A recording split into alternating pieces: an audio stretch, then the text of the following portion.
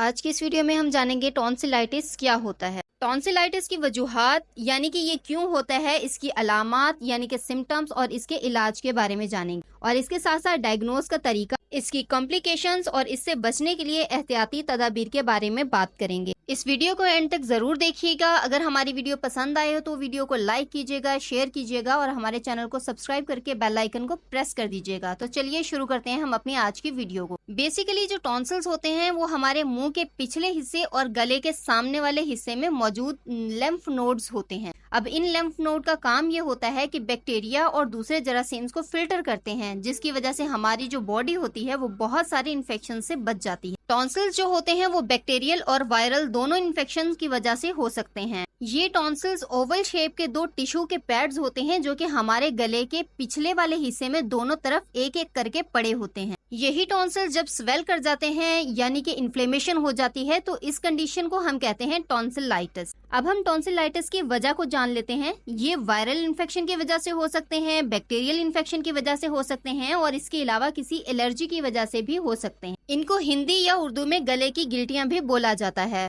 एक सबसे common bacteria जिसका नाम स्ट्रेप्टोकोकस पायोजिन है, इस बैक्टीरिया की वजह से स्ट्रेप थ्रोट होता है। अब हम इसके सिम्टम्स के बारे में जान लेते हैं। रेड स्वोलन टॉन्सिल्स हो जाता है यानी कि टॉन्सिल्स जो होते हैं वो सूज के लाल रंग के हो जाते हैं। इसके अलावा जब हम इन टॉन्सिल्स को देखते हैं तो इनके ऊपर व्हाइट और येलो रंग के पैचेस नजर आते हैं और इसके साथ साथ सोर थ्रोट हो जाता है यानी कि गला जो है वो सूज जाता है। इसके अलावा कुछ खाया पिया नहीं जाता क्योंकि जब भी कोई फूड को निगलते हैं तो इससे बहुत ज्यादा पेन होता है। इसके साथ साथ मरीज को बुखार हो जाता है, मरीज के गले में काफी बड़ी बड़ी गिल्टियां बन जाती हैं। अगर मरीज बोलने की कोशिश भी करे या बात करने की कोशिश करे तो पेन महसूस करता है, मुंह से बदबू आने लगती है, मैदे में दर्द हो जाता है। इसके अलावा गर्दन में दर्द, कान में दर्द और सर में भी दर्द होने लगता है। ऐसे छोटे बच्चे जो अपना दर्द नहीं बता सकते यानी कि बोल नहीं सकते, खाने पीने से इनकार करेंगे, ऐसे बच्चों की जो राल होती है वो टपकने लगती है और इसके अलावा बच्चा हलचल महसूस करेगा, रोएगा क्योंकि इसे दर्द होगा और इसकी वजह से इसको सुकून नहीं होगा। अब हम बात करते हैं कि हम टॉन्सिलाइटिस की तशखीस कैसे करते हैं यानी कि इसको डायग्नोज कैसे कर सकते हैं।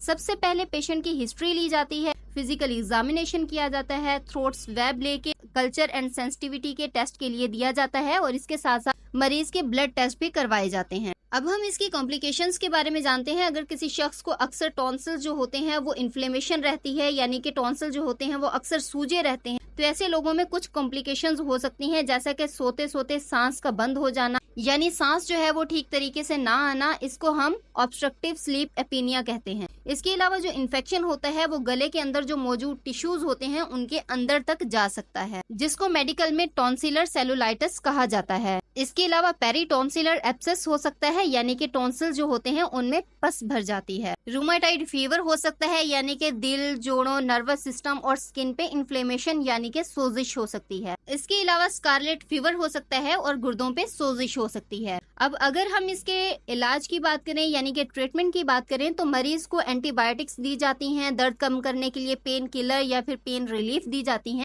ज्यादा से ज्यादा आराम करने के लिए कहा जाता है, ज्यादा से ज्यादा लिक्विड को लेने के लिए कहा जाता है ताकि मरीज जो है वो हाइड्रेट रहे। इसके अलावा टॉन्सिलेक्टोमी की जाती है यानी कि सर्जरी की जाती है और सर्जरी करके टॉन्सिल जो होते हैं उनको निकाल दिया जाता है। अब हम इससे बचने के लिए एहतियात की बात करते हैं। सफाई का खास ख्याल रखना चाहिए। किसी की इस्तेमाल शुदा जो चीजें होती हैं वो अपने इस्तेमाल में नहीं लानी चाहिए, जैसा कि पानी की बोतल हो गई, ग्लासेस वगैरह हो गए या खाने वगैरह की चीजें हो गई। इसके अलावा अगर किसी को टॉन्सिलाइटिस डायग्नोज हुआ है तो ऐसे पेशेंट को चाहिए कि अपना जो टूथ ब्रश होता है वो चेंज कर ले, स्मोकिंग नहीं करनी चाहिए। तो ये थी हमारी आज की वीडियो। आई होप कि आपको वीडियो पसंद आई होगी। वीडियो पसंद आई है तो वीडियो को लाइक कीजिएगा, शेयर कीजिएगा और इस चैनल को सब्सक्राइब करके बेल आइकन को प्रेस कर दीजिएगा। मिलते हैं हमारे नेक्स्ट वीडियो में। Thanks for watching.